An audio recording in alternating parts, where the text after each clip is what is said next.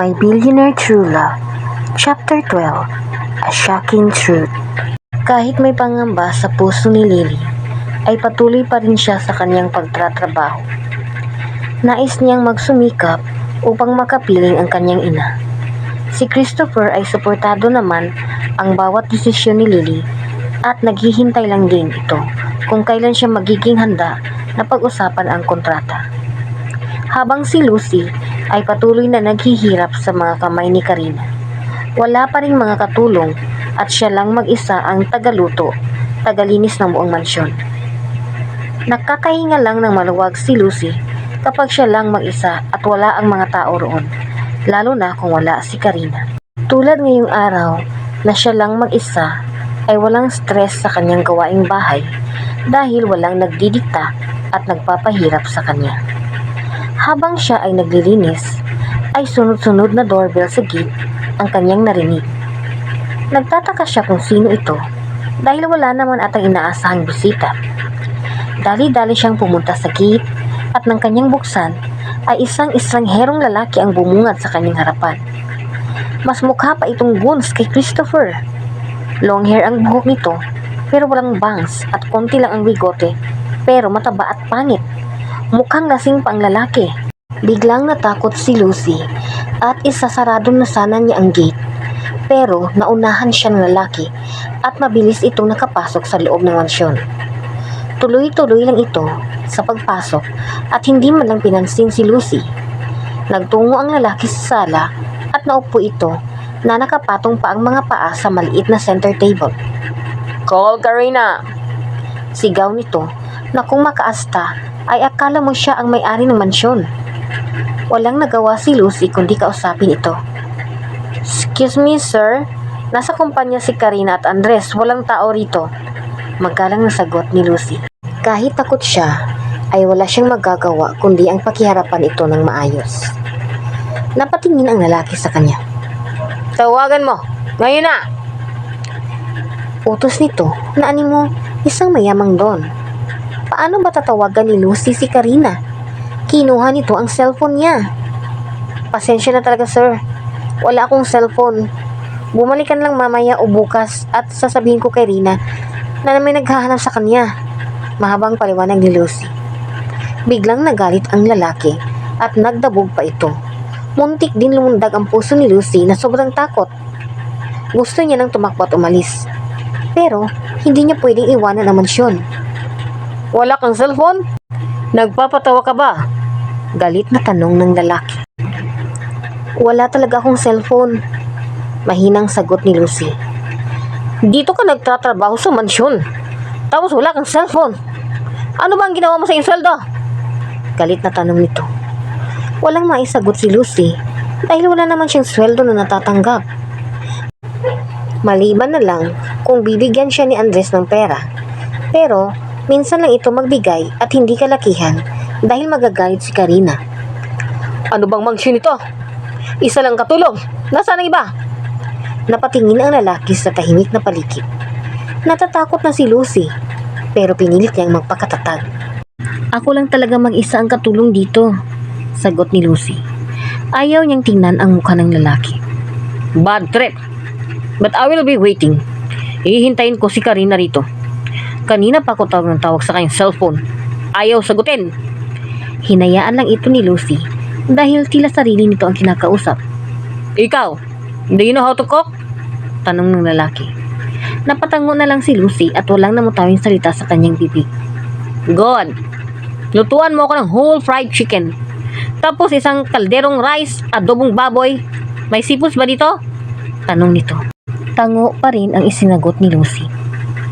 "Gusto ko yung butter shrimp. Kung may king crab ay sali mo na rin.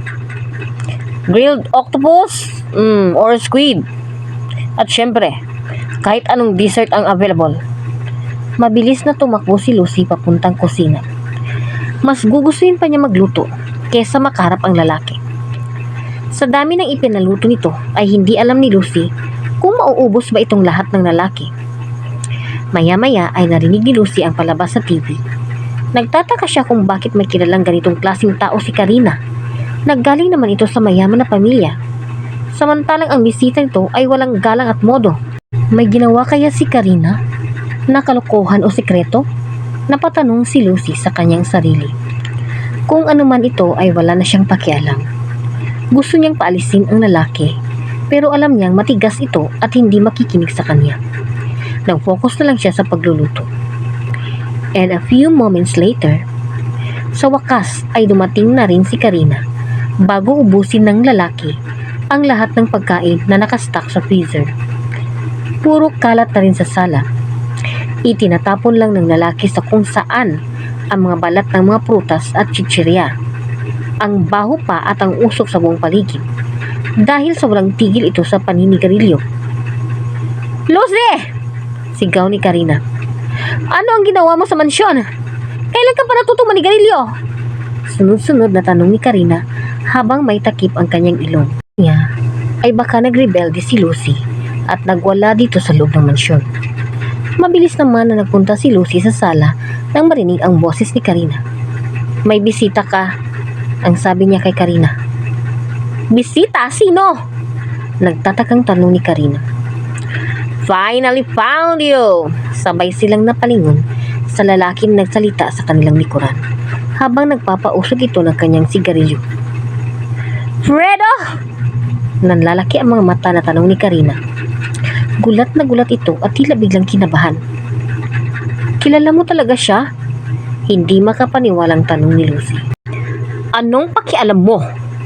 Ganting tanong ni Karina na naiinis. Let's talk in my room, not here. Baling naman ito sa lalaki na Fredo pala ang pangalan. Nauna nang maglakad si Karina habang si Fredo ay huminto saglit sa tapat ni Lucy.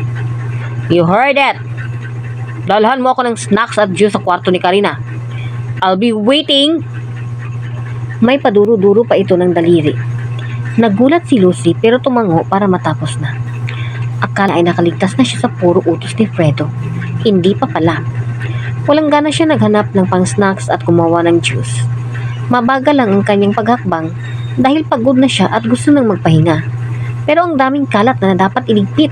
Pit na siya sa pintuan ng kwarto ni Karina nang bigla siyang tumigil sa paghakbang. Hindi niya inaasahan ang maririnig sa pagitan ng argumento ni Karina at Fredo. 5 milyon lang ang kailangan ko, Karina. Bakit hindi mo maibigay? Galit na tanong ni Fredo. I told you na wala akong pera. Isa pa, napakalaki na naibigay ko sa iyo. Galit na sagot ni Karina. Malaki. Barya lang yan at hindi maikukumpara sa yaman ng mga Verdosa at magdilang Karina. Nakangisi pa si Fredo. Sapat na ang naibigay ko sa iyo, Fredo. Mayaman ka na ngayon at maayos na ang buhay ng pamilya mo. Seryosong sabi ni Karina. Nagsasawa na siya sa paulit-ulit na paghingi ni Fredo ng pera. Baka nakakalimutan mo, Karina, kung paano ka naging isang Verdosa. Kung hindi dahil sa akin, ay isa ka pa rin magbubukid. At hindi Karina ang pangalan mo, kundi si Toyang na anak ng magsasaka. Nakatawang sabi ni Fredo. Stop it! Galit na sigaw ni Karina na nanginginig na. Bakit? Kung hindi mo inagaw ang katauhan ni Karina Verdosa, ay hindi ka makakaahon sa hirap. At hindi ka makakapag-asawa ng katulad ni Andres. Sa putikan kapupulutin. Mahabang litanya ni Fredo. Tama na! That filthy mouth of yours! Nanginginig na sa galit si Karina. Ito ang lihim na kanyang pinakatatago. Walang nakakaalam tungkol dito, kundi si Fredo lang. Labis na nabigla si Lucy sa mga nalaman. Kaya pala kung umasta si Karina ay walang modo. Hindi pala ito totoong mayaman. Lumalabas ang tunay na kulay nito kahit anong bihis at balutin mo ito ng diamond at gold. Umiiral pa rin ang tunay nitong pagkatao. Ang tanong, kay kung nasaan ang tunay na Karina Verdosa? Nangilabot bigla si Lucy sa tanong na ito. Maliit lang yan na halaga, Karina. Kaya umayos ka. May pagbabanta sa boses ni Fredo. Are you threatening me? Kahit ipagkalat mo yan, ay walang maniniwala sa'yo. Galit na si Karina. Hindi naman kita tinatakot, Karina. Wala ngang maniniwala kung tungkol dito. But how about ang pagiging baog mo, Karina? Nakangising tanong ni Fredo. Muntik nang mabitawan ni Lucy ang tray na kanyang hawak nang marinig ang sinabi ni Fredo. Don't you dare! Nanginginig na ang buong katawan ni Karina dahil sa galit. I would dare dahil may ebidensya ako pagdating dito. Ano kaya ang magiging reaksyon ng spoiled brat mong anak kung malaman niya na hindi naman talaga siya isang magdilang? Nanggaling lang siya sa ampunan. Hindi ka naman magkakaanak kahit ano ang gawin mo, Karina. Dahil baog ka! Ayaw magpatalo ni Fredo at walang makakapigil sa kanya. Kapag kailangan niya ng pera, ay dapat magbigay si Karina anumang oras at kahit magkano man na gusto niya. Tama na! Hysterical na sigaw ni Karina. Talagang magaling at eksperto si Fredo pagdating sa pagmamanipula at pang-blackmail. Mabilis na bumalik si Lucy sa kusina ng tahimik at walang ingay. Hindi siya makapaniwala nang marinig ang katotohanan tungkol kay Colleen. Naaawa siya sa anak. Ito pa ang naging bastarda at illegitimate child. Kailangan niyang ibigay sa anak ang karapatan na nararapat dito. Sa lalong madaling panahon ay sasabihin niya ito kay Andres. At dyan nagtatapos ang chapter na ito. Thank you for listening. And if you want to listen more about the love story of Lily and Christopher, please hit the subscribe button. Thank you.